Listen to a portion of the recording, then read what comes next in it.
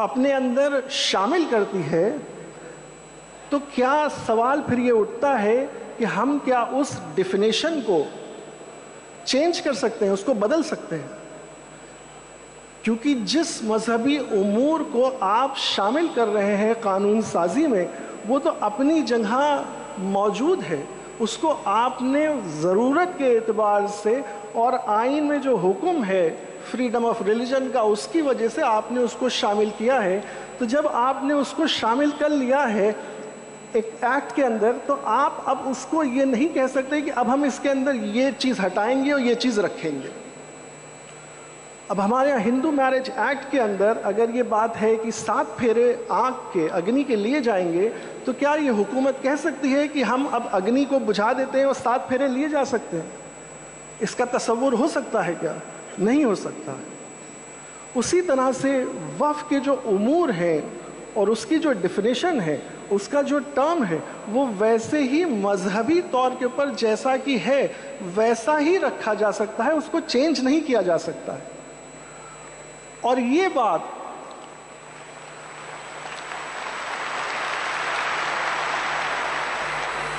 اور یہ بات 1913 سے، یعنی انگریز تک اس بات کو کا احساس تھا ان کو، اور وہ مستقل طور کے اوپر چلتا چلا آ رہا تھا۔ اب 2024 کے اس ترمیمی بل میں پہلی بار اس ڈیفینیشن کو چینج کیا گیا ہے، اور اس کے اندر جیسے پرسنل لاء بورڈ کے صدر صاحب نے بات کہی کہ وقف بائی یوزر، یعنی کہ آپ کا ایک قبرستان ہے، اس کے کاغذات کسی کے پاس نہیں ہوں گے۔ کیوں؟ کیونکہ ہمارے دادا پردادا اور ہمارے والد صاحب اس کو دیکھتے چلے آ رہے ہیں کہ یہ قبرستان ہے اور وہاں کے اوپر لوگ دفن کیے جاتے ہیں۔ ایک مسجد ہے، وہ ایک زمانے سے چلی آ رہی ہے اور وہ اس میں لوگ استعمال کر رہے ہیں، اور وہ ٹائم امیموریل سے، یعنی یادداشت کے بھی باہر وہ موجود ہے۔ اب وہ اپنے استعمال ہونے کی وجہ سے وہ وقف مانا جاتا ہے اور وہ وقف قائم رہے گا، مگر کچھ جگہوں کے اوپر اس کے فرمان موجود ہوتے ہیں، کہیں وقف ڈیڈ موجود ہوتی ہے، کہیں کسی قسم کے کاغذ موجود ہوتے ہیں جو کرنے والا واقف ہے اس کے سلسلے میں، کہیں کہیں کیا ہندوستان میں 70% تقریباً ایسے اوقاف ہیں جن کے کوئی کاغذات موجود نہیں ہیں، کیونکہ وہ 200-300 سال پرانے ہیں۔ تو اور یہ بات تو سبھی کے اوپر لاگو ہوگی، مندروں کے بھی، گرجا گھروں کے بھی، تمام دوسرے جو مذہبی لوگ ماننے والے ہیں ان کے سب کے اداروں کے کوئی کاغذات 100 سال 200 سال پرانے نہیں موجود ہوں گے۔ آج انہوں نے ڈیفینیشن کے اندر کیا کیا کہ یہ وقف بائی یوزر کو انہوں نے کہا کہ اس کو ہم ہٹا دیں گے، بنا کسی وجہ کے، بنا کسی اس کو ریزن کے کہ کیوں ہٹا دیں گے۔ دوسری چیز وہ لے کر کے یہ آئے کہ وقف کرے گا کون؟ وقف وہ کرے گا جو مسلمان ہو اور کم سے کم 5 سال پرانا مسلمان ہو۔ اب یہ عقل سے باہر کی بات ہے کہ جب کوئی شخص کسی بھی مذہب میں داخل ہوا یا اس مذہب کا ہے، اس پر مکمل طور کے اس کے سارے اختیارات اس کو حاصل ہو جاتے ہیں، تو آپ اس بات کو کیوں لائے کہ جو مسلمان ہو اور کم سے کم وہ 5 سال پرانا مسلمان ہو تبھی وہ وقف کر سکتا ہے؟ 2013 کا اس سے پہلے جو پروویژن تھا وہ یہ کہتا تھا کہ کوئی غیر مسلم بھی اس کو کر سکتا ہے، کیونکہ بہت سے ایسے راجا تھے جنہوں نے مسجدوں کو، درگاہوں کو، جو مسلمان نہیں تھے لیکن انہوں نے پیشکش کی، جائیدادیں دیں، ریاستیں دیں، جاگیریں دیں، اور اس کو استعمال کیا گیا۔ اب انہوں نے یہ شرط لگائی ہے کہ وقف کرنے والا مسلمان ہو اور کم از کم 5 سال پرانا مسلمان ہو تبھی وہ وقف کر سکتا ہے۔ پھر وہ آگے چلتے ہیں کہ یہ وقف جب ہو گیا اور اس نے واقف نے یہ کیا تو وہ ایک شرط یہ لگاتے ہیں کہ اس کی جائیداد اسی کی ہونی چاہیے۔ تو یہ بات تو بنا کہے ہے کہ جائیداد تو اس کی ہوگی ہی، اس کو آپ یہ کیوں سمجھتے ہیں کہ جائیداد اس کی نہیں ہوگی؟ وہ تو اس کا مالک ہوگا تبھی تو وقف کرے گا۔ اور بنیادی بات وقف کے سلسلے میں یہی ہے کہ لوگ اپنی ثواب کی نیت سے، امید سے، صدقہ جاریہ سے، اپنی ملک سے اس جائیداد کو نکال کر کے اللہ تعالیٰ کو دے دیتے ہیں، اور اس کا مالک اپنے آپ کو مالک کی حیثیت سے ہٹا دیتے ہیں، اور بلکہ مالک کی حیثیت سے اللہ تعالیٰ کو وہ پیش کر دیتے ہیں۔ تو اس کے بعد نہ حکومت، نہ کوئی بورڈ، اس کا کوئی مالک نہیں ہے، اس کا مالک اللہ تعالیٰ ہے۔ اس بنیاد کے اوپر انہوں نے ایک نئی شرط ابھی رکھی کہ جتنے بھی وقف ہیں موجود فی الحال اس وقت ملک میں، ان کو بھی اگلے 6 مہینے کے اندر، خدا نخواستہ اگر یہ بل پاس ہوگا، جیسے ہی 6 مہینے کے اندر موجودہ جتنے وقف ہیں ان کو بھی دوبارہ سے اپنے آپ کو درج کرانا پڑے گا۔ اب آپ سوچیں کہ یہ کتنی بڑی ایک طوالت پیش خدا نخواستہ آئے گی کہ ہندوستان بھر کے جتنے بھی اوقاف ہیں وہ 6 مہینے کے اندر اپنے آپ کو دوبارہ سے درج کرائے، اور اس کے اندر بھی انہوں نے یہ شرطیں رکھی ہیں کہ کیا کیا شرطیں ہونی چاہیے کہ جن کو وہ پورا کرے۔ اب ان شرطوں کو آج کی تاریخ میں پورا کرنا ممکن ہی نہیں ہے، تو یعنی گویا کہ وہ مقصد شاید یہ ہو گیا کہ یہ 6 مہینے کے اندر جب درج نہیں کر پائیں گے تو وہ اس حیثیت سے، وقف کی حیثیت سے فارغ ہو جائیں گے کہ وہ وقف نہیں رہے گا، کیونکہ آگے چل کے انہوں نے ایک اور شرط یہ لگائی ہے کہ اگر آپ نے 6 مہینے کے اندر یہ رجسٹریشن اور یہ درجی پورٹل کے اوپر اور بورڈ میں نہیں کرائی تو آپ پھر اس کو اپیل بھی نہیں کر سکتے ہیں۔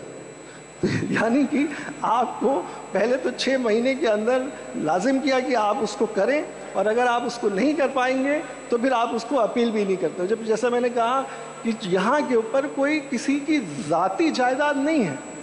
بلکہ وہ جائیداد تو اللہ تعالیٰ کو پیش کی گئی ہے، اور اس کے تمام لوگ، تمام مسلمان اس کی خبرگیری کرتے ہیں، اس کا خیال کرتے ہیں، اس کی فکر کرتے ہیں، اور اس کو برباد ہونے سے بچاتے ہیں۔ جو تو گویا کہ قانون کا مقصد وقف ایکٹ کا اس کو محفوظ کرنے کا تھا، بچانے کا تھا، یہاں کے اوپر جو شرائط سامنے آ رہی ہیں اس سے لگتا ہے کہ مقصد اس کو ضائع کر دینے کا ہے۔ پھر انہوں نے ایک نئی کیٹیگری بنائی کہ گورنمنٹ پراپرٹی، یعنی سرکاری جائیداد۔ اگر کسی کو یہ لگتا ہے، کسی سڑک چلتے آدمی کو بھی یہ لگتا ہے کہ یہ جائیداد جو ہے وہ سرکاری جائیداد ہے، تو وہ درخواست کلیکٹر کو دے گا، اور کلیکٹر صاحب کو جب یہ درخواست آئے گی تو وہ اس کو طے کریں گے، مگر وہ جب تک طے نہیں کریں گے تب تک وہ سرکاری جائیداد مانی جائے گی۔ یعنی کہ جن جائیدادوں کے اوپر پہلے سے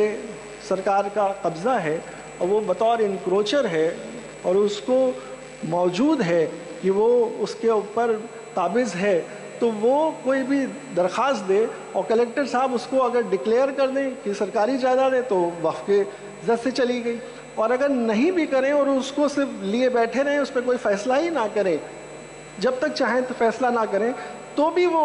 وقف نہیں مانی جائے گی۔ یہ اس کے اندر سرکاری جائیداد کا ایک نیا انہوں نے شروع کیا۔ پھر آگے چلیے، ہمارے یہاں جب جائیدادیں ملک میں کوئی بھی لین دین کرتا ہے تو اس کو ریونیو ریکارڈ میں درج کراتا ہے، راجسو میں اس کو درج کراتا ہے۔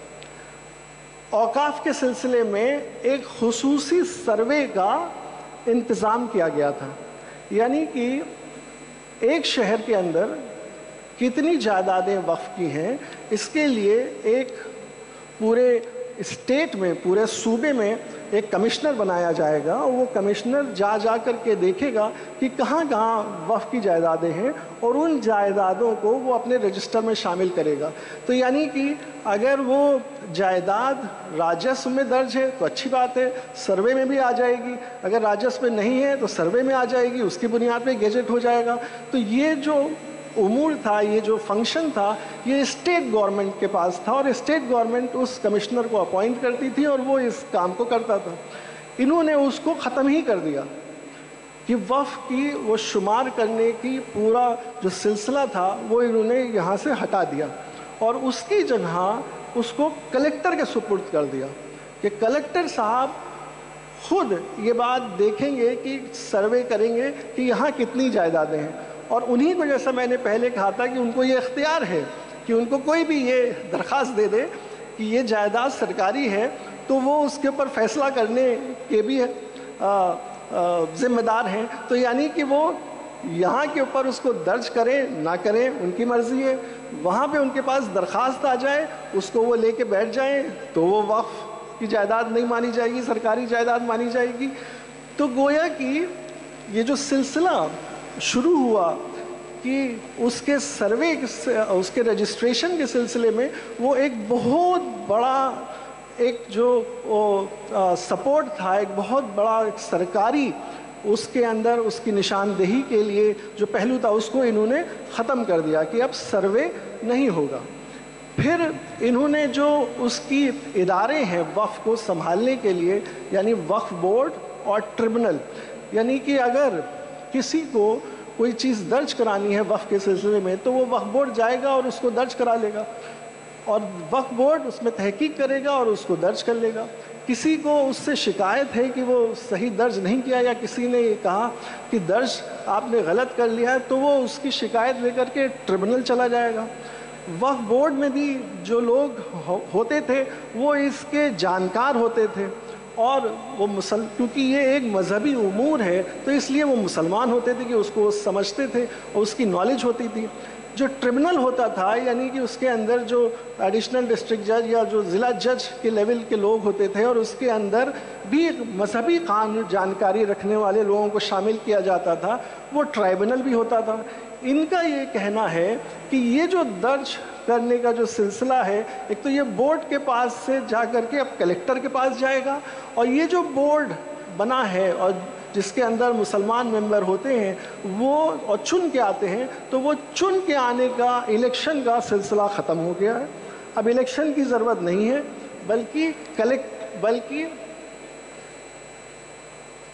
بلکہ سرکار، صوبے کی سرکار نامینیٹ کرے گی، یعنی اب چناؤ انتخاب نہیں ہوگا، صوبے کی سرکار جس کو چاہے نامینیٹ کر دے. حضرت نے کہا کہ اس کے اندر 2 غیر مسلم شامل کرنا لازم ہے، لیکن جب آپ اس کو گہرائی سے دیکھیں گے تو وہ تقریباً میجورٹی اس کی غیر مسلم کی آپ نامینیٹ کر سکتے ہیں. یہ جو وقف بورڈ ہیں صوبوں کے اندر جو اس کو دیکھتے ہیں سنبھالتے ہیں، ان کے اوپر ایک سینٹرل وقف کاؤنسل ہے جو دہلی میں رہتی ہے، اس کے ممبرز بھی بنائے جاتے ہیں، وہ سب مسلمان ہوتے تھے، اور وہ ان اسٹیٹ کے بورڈ سے سوال جواب کر سکتی تھی اور ان سے طلب کر سکتی تھی ریکارڈ. تو وہ سینٹرل وقف کاؤنسل کی بڑی اہمیت ہے اس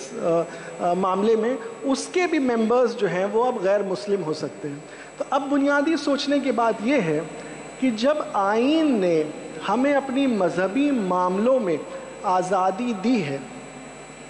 مذہبی معاملوں کو چلانے کی، مینج کرنے کی آزادی دی ہے، تو ہماری اس آزادی جو آئین نے دی ہے کیا یہ ایمنڈمنٹ اس کو پامال نہیں کر دیتے ہیں؟ میرے خیال سے اس کو مکمل طور کے اوپر وہ پامال کر دیتے ہیں، کیونکہ اگر وہ مذہبی امور ہیں اور مذہبی امور میں آپ کو یہ تحفظ حاصل ہے تو وہ تحفظ تو یہ بل ہی ختم کیے دے رہا ہے. پھر ہم آگے چلتے ہیں. یہ تو ٹریبونل، بورڈ اور سینٹرل وقف کاؤنسل کی نوعیت ہو گئی کہ وہ اب مذہبی امور میں غیر مسلموں کو شامل کرے گی. پھر اس کے اندر جو متولی ہے اس متولی کے سلسلے کے اندر اب یہ حکم ہو گیا ہے کہ اگر بورڈ